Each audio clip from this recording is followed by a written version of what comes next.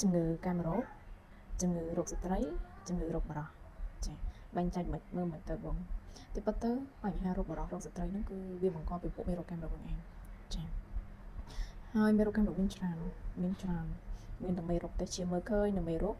តែជាមើលអត់ឃើញចាឆ្លងដូចគ្នាការឆ្លងដូចគ្នាផលប៉ះពាល់ដូចគ្នាស្តៀងគ្នាចា flow របស់វាគឺដូចគ្នាអញ្ចឹងឯងមានដំណាក់កាលរបស់វាដំណាក់កាលដំបូងដំណាក់កាលកណ្ដាលនិងដំណាក់កាលចុងក្រោយដូចគ្នាមានផលប៉ះពាល់ដូចគ្នាឆ្លងមេរោគគឺតែងតែបង្កជាការរលាកទី1រលាកហើយរលាកតែម្ដងចាទី2ហើមផុតពីរលាកទៅគឺចាប់ផ្ដើមហើមទី3វាបង្កជាការដំបៅផ្សេងបងយើងក៏កំពុងតែជួបបញ្ហានៅចំណុចទី2គឺវាពិបាកសម្គាល់ចំណុចទី2នៃចំណុចមេរោគសង្ងំ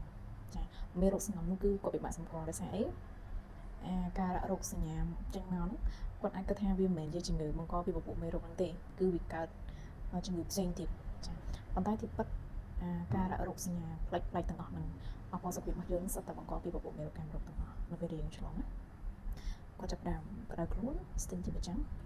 សក់គីឡូស្បែកប្រហែលជាសស្អាតមកបងបរោះវិញគឺគាត់បាត់បង់ចំណងផ្លូវភេទមកស្ត្រីខ្លះក៏ចឹងដែរចុកខ្សោយផ្លូវភេទនឹងអូតូហ្មងគាត់និយាយហាញចាប់វាយើងអាស្រ័យសោះក្នុងខ្លួនទីងធំអាស្រ័យជួយក្បាលបើមុខស្បាំភ្នែកជួយសក់ជួយចង្កេះជួយឆ្អឹងខ្នងជួយចុកនៅគោឆ្អឹងជួយសន្លាក់ធ្វើការអីគឺចាប់ផត់រៀងខ្សោះអស់កម្លាំងលហិតលហែងដូចមុនទេខ្ញុំធ្លាប់ទៅធ្វើការធ្ងន់លើរបស់ធ្ងន់ប៉ុន្តែពេលដែលមេរោគវាយលុក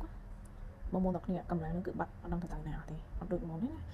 អ្នកដែលគាត់ជួបបញ្ហាហ្នឹងគាត់ដឹងដែរចាគាត់ដឹងខ្លួនមកថាសុខភាពគាត់គឺអត់ដូចមុនទេហើយចំណុចហ្នឹងគឺគាត់ពិបាកកំណត់សម្គាល់មែនតើចាដំបូងចំណុចដំបូងគឺស្រួលសម្គាល់ហើយពេលឆ្លងវាធ្វើទុកមុនគេគឺដំណងនោះតំបន់ប្រភេទរបស់យើងគឺធ្វើទុកឲ្យយើងអាចដឹងវាចេញរោគសញ្ញាយើងឃើញណាចាតែដំណាក់កាលសង្ងំនេះយើងពិបាកសម្គាល់បន្តិចបងខ្លះគាត់ស្វែងយល់ពីសុខភាពទៅលើបញ្ហាទាំងហ្នឹងច្រើនគាត់អាចយល់តែបងខ្លះគាត់អត់ដឹងគឺពិបាកមែនតើ